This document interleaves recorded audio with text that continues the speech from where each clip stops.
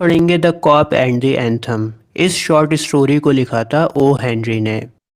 तो चलिए मैं कहानी को शुरू करता हूँ और बहुत ही आसान लैंग्वेज में आपको पूरी कहानी समझाता हूँ। दोस्तों, सर्दियाँ आने वाली हैं और जो चिड़ियाएँ हैं वो साउथ की तरफ उड़ने लगी हैं। चिड़ियाएँ साउथ की तरफ उड़ रही हैं, इसका ये मतलब है कि सर्दियाँ आने वाली हैं। सभी लोग सर्दियों का इंतज़ाम कर रहे हैं, नए गर्म कपड़े खरीद रहे हैं और मुरझाई हुई पत्तियों से पूरी ज़मीन ढक चुकी है। इस आती हुई सर्दी ने सोपी को बड़ा बेचैन कर दिया था। उसके पास ना तो कोई घर था रहने के लिए और ना ही गर्म कपड़े थे। तो उसके दिमाग में एक आइडिया आता है कि सर्दियाँ आने वाली हैं, क्यों ना मैं जेल में चला जाऊँ। जेल में जाने से क्या होगा कि मैं सर्दियों से बच जाऊँगा, मुझे कपड़ों की भी कोई टेंशन नहीं होगी, कपड़े भी मिल जाएंगे और खाना भी मिल जाएगा। तो सर्दियों से बचने का सबसे अच्छा तरीका ये है कि मैं ब्लैक व्हेल टापू जेल में चला जाऊं। तो वो जेल में जाने के लिए सोचता है कि मैं एक बड़े से अच्छे से रेस्टोरेंट में जाऊंगा, वहाँ पर खाना खाऊंगा और खाना खाने के बाद मैं कहूँगा कि मेरे पास पैसे नहीं हैं। जब मैं ऐसा करूँगा तो फिर पुलिस को बुलाया जाएगा और मुझे जेल में डाल दिया जाएगा। इस तरह का ये प्लान बनाता है। सोपी एक बहुत अच्छा सा टॉप क्लास रेस्टोरेंट तलाश करता है जहाँ पर बहुत अमीर अमीर लोग आते हैं और वहाँ का खाना भी बहुत महंगा है। सोपी अंदर जाता है खाना खाने के लिए, लेकिन वहाँ का जो हेड वेटर होता है वो उसको रोक लेता है। सोपी के फटे पुराने कपड़े और जूते देखकर वो उसको बाहर कर देता है। चुपके से आकर कहता है उससे कि तुम अंदर नहीं आ सकते, अभी के अभी यहाँ से बाहर निकल जाओ। सोपी लटका हुआ मुंह लेकर बाहर आ जाता है। इसके बाद सोपी दूसरा रेस्टोरेंट को तलाश करता है। दूसरे रेस्टोरेंट में सोपी खूब जमकर खाना खाता है, खूब खाना खाता है वहाँ पर। और खाना खाने के बाद कहता है कि मेरे पास तो पैसे नहीं है, आप पुलिस को बुला लो, पैसे नहीं है मेरे पास।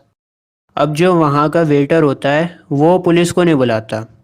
वो क्या करता है, सोपी को रेस्टोरेंट से बाहर फेंक देता है, बाहर निकाल देता है, लेकिन पुलिस को नहीं बुलाता। तो इस तरह से जो सोपी का फर्स्ट अटेम्प्ट होता है जेल में जाने का वो नाकाम हो जाता है, फेल हो जाता है। सोपी को एक बड़े बड़े शीशे वाली दुकान दिखती है रास्ते में। सोपी सोचता है कि मैं इसका शीशा तोड़ देता हूँ। सोपी एक बड़ा सा पत्थर उठाता है और उस दुकान के शीशे पर खींच के मारता है और उसका शीशा टूट जाता है।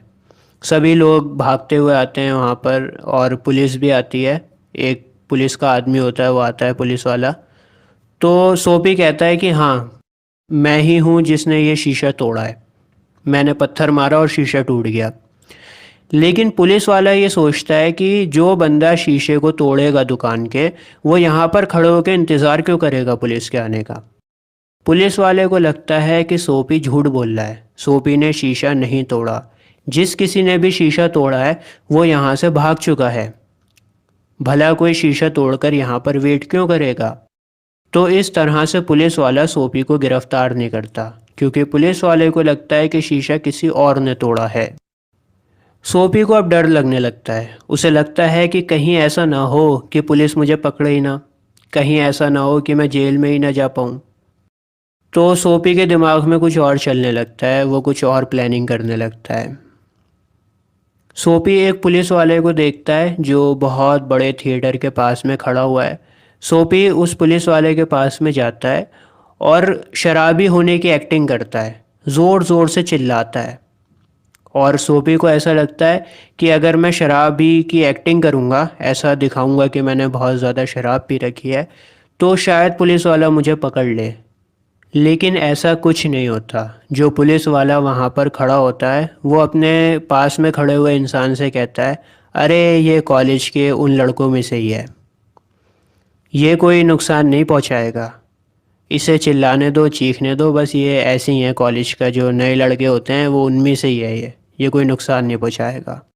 तो इस तरह पुलिस वाला ये समझता है कि सोपी एक कॉलेज का लड़का है और उसको वो गिरफ्तार नहीं करता। दोबारा से सोपी का अटैम्प्ट फेल हो जाता है और उसकी बेचैनी और भी ज़्यादा बढ़ने लगती है। उसे सच में डर लग रहा है कि कहीं ऐसा ना हो कि मैं जेल में जा ही ना पाऊँ, मुझे कोई गिरफ्तार ही ना करे। इसके बाद क्या होता है, सोपी एक आदमी को देखता है और वो आदमी अखबार ख़रीद रहा होता है, न्यूज़पेपर ख़रीद रहा होता है। सोपी उस आदमी की छतरी को उठा लेता है और वहाँ से भाग जाता है। वो आदमी सोपी के पीछे पीछे भागता है और उससे कहता है कि मेरी छतरी दो, क्यों मेरी छतरी लेकर गए हो, दो मेरी छतरी।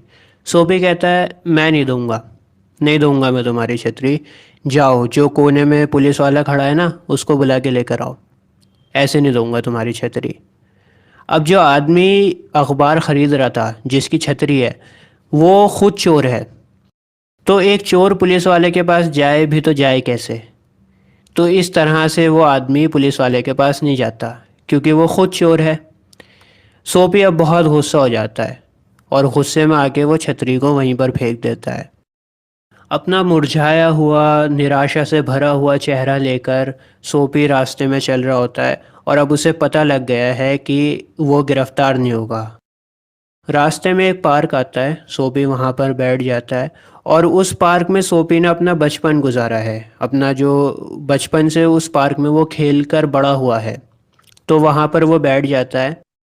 उस पार्क के पास में एक चर्च भी है और वहाँ पर एक बहुत अच्छा म्यूज़िक आ रहा है, बहुत अच्छा म्यूज़िक बज रहा है वहाँ पर।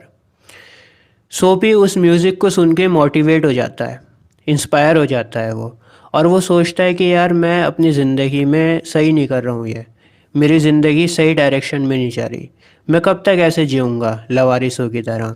अभी मैं जवान हूँ, अभी मेरे पास बहुत सारा टाइम है, क्यों ना मैं कुछ नया करूँ, कोई काम करूँ, कोई नई ज़िंदगी की शुरुआत करूँ।